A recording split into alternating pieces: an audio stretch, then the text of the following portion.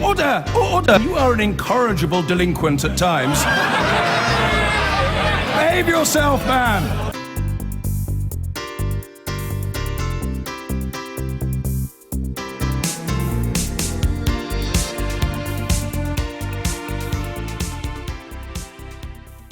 So, can George Osborne stay on as a Member of Parliament and edit a daily newspaper? Will Conservative backbenchers force a government rethink on school funding? And is Theresa May about to cap gas and electricity prices? Whose idea was that, first of all? Anyway, they're all questions for the week ahead.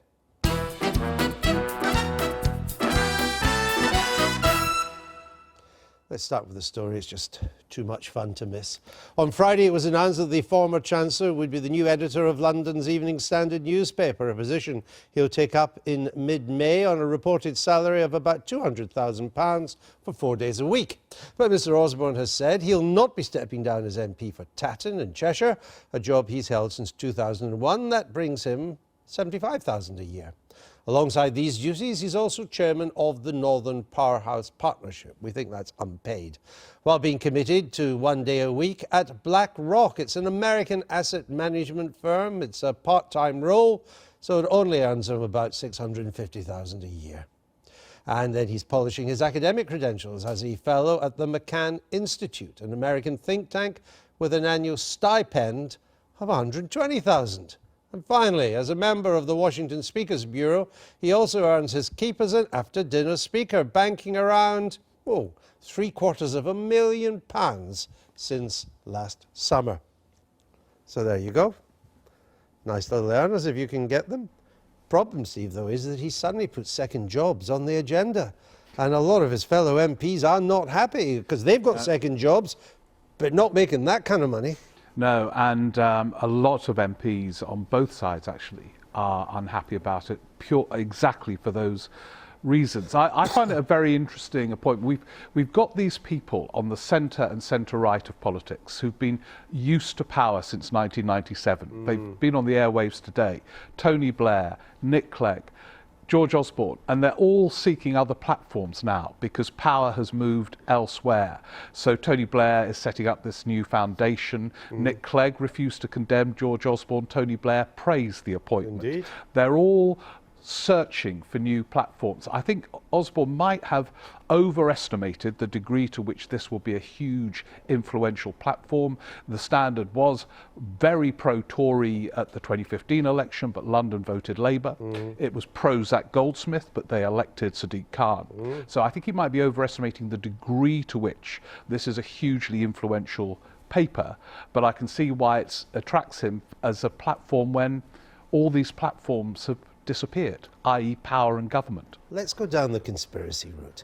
All these people who used to be in power, they're all quietly getting together again. Mr. Blair on television this morning, George Osborne not only filling his bank account, but now in charge of London's most important newspaper. Nick Clegg out today not saying that Brexit was a done deal, waiting to see what happens in the turbulence. Even John Major wheeled out again today on the Mail on Sunday.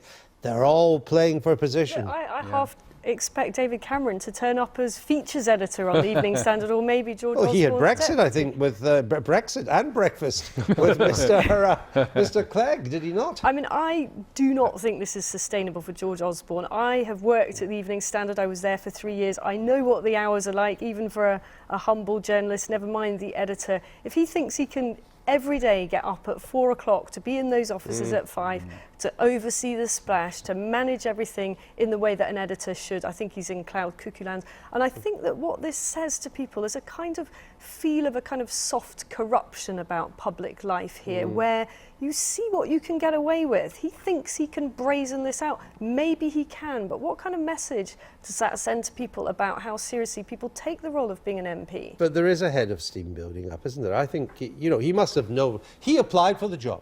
Lebedev, the Russian owner, did not approach him. He approached Lebedev, the proprietor, for it. And he must have calculated that there would be some kickback, but I wonder if he realised there would be just quite the kickback that there has been. I think that's probably right. And this hasn't finished yet, by the way. This will go on and on and on. think about how on earth does George Osborne cover the budget in the autumn? Big budget coming up, a lot of big fiscal changes, tax rises maybe to deal with the messages out of this week. Oh, you can see the headline right. May budget crashes. Well, so you either say, well, it could be worse. She's useless. or worse than that, May, brilliant budget. What a terrible toady, I'm never buying that newspaper ever again. He's completely, hoist on his own petard now. But I agree, I don't think he's sorted it all properly through. It does say something quite interesting about his own future calculations, though. So we know Tatton as a constituency is going. If he wants to stay on as an MP in 2020 and be PM one day, as he always wanted to be, he's got to find a new seat.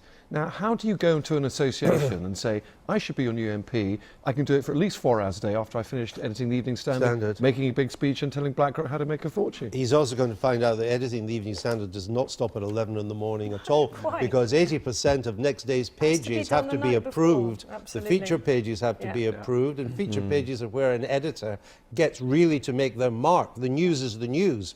Feature, what concerns you, what bees in your bonnet do you have? That determines. And that defines the newspaper, doesn't it? And the campaigns as well. It's not over yet, but anyway, too much 101 on newspapers and how they come out. Let me go back to you, Isabel. School funding, the consultation period ends. It's been a tricky one for the government. Some areas losing, some areas winning. It always happens this way when you get it. But I guess we're all seeing this through the prism of the national insurance contributions now, that it's a small majority.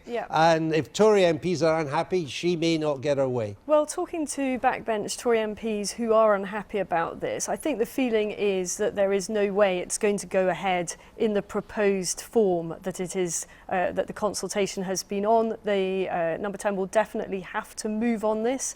It's unclear whether they will scrap it completely, or will they bring in something like possibly a kind of base level, floor level pupil funding below which you can't go. There would still then need to be some extra money found. So there are no easy solutions on this, but what's clear is it will not just go ahead in its current form. And the parents have been getting letters across the country in England about what this will mean for teachers and so on in certain schools. It's not just a matter of the education department, the schools or the teachers and Tory backbenchers. Parents are being mobilised on this, where there are losers.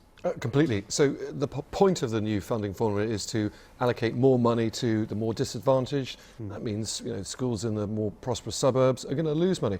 Budget cuts on schools which are already struggling again comes down to this huge problem, the ever smaller fiscal pool, ever greater demands, NHS, social care, education as well, adding to Theresa May and Philip Hammond's enormous problems.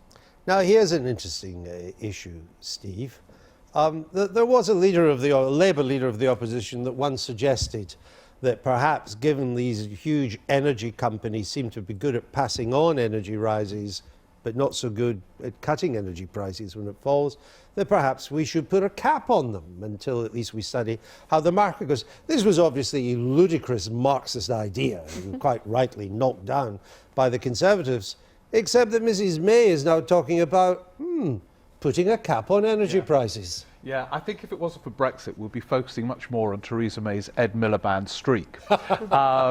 Now, whether this translates into policies, let us see. That bit we don't know. That bit we don't know. But in terms of argument, her speech to the Conservative conference on Friday was about the third or fourth time where she said, as part of the speech, let's focus on the good that government can do, including in intervening in markets, exactly in the way that he used to argue. Indeed. Now, as I say, we await the policy consequences of that. She seems much more cautious in terms of policy implementation. But in terms of the industrial strategy, in terms of implying an intervention in certain markets, there is a kind of Miliband-esque streak. And there comes a time when she has to walk the walk as well as talk the talk. I mean, they talk a lot about the just about managing. Just about managing face rising food bills because of the lower pound, and they face rising fuel bills because of the rise in oil and in other commodities now. So, and what are the two things you could do most to help the just about managing? One would be to cut their food bills, and the second would be to cut their fuel bills. At some stage, she has to do something for them. Well, and we don't know what's going to happen to food bills under Brexit. That could become a really serious issue. Well, of course, they could abolish tariffs. There has been a lot of talking the talk and a lot of big announcements put out and then not following through. So I agree with you on that, but I think a lot of Tory MPs will have a big problem with this and the principle of continually talking about interfering in markets, whether it's on executive pay or whether it's on energy, at a time when Britain needs to send out the message to the world, in their view, in the view of Brexit supporting MPs, that we are open for business and we are not, the government is not about poking around and doing this kind of thing. Of course, you could argue that there's not a proper market in energy anyway. It's a malfunctioning market. It doesn't operate like a free market should. So that provides, even Adam Smith, the inventor of market economics, would have said on that basis, you should intervene. I was in Cardiff to listen to Theresa May's latest explanation for doing this. By the way, we have been waiting 9 months now. This is one of her great big ideas. So you're absolutely right. You know, let's see a little bit of the meat, please, Mrs. May, on all this. And my newspaper has been calling for some pretty hefty government action on this for a long time. But sitting in that Cardiff for the hall, jams, for the just about for the jam, and specifically to sort out an energy market dominated still by the big six that is manifestly ripping people off left, right and centre. So Theresa May's argument in Cardiff on Friday morning, by the way, which went down like a proverbial windbreak at the proverbial funeral, because Tories don't really like, you know what I mean, Andrew, Tories don't really like big hand of the state coming in and telling business what to do. They went very quiet indeed during that. Is that right? Yeah, absolutely. They were clapping, saving the Union and NATO, but there was no clapping for that.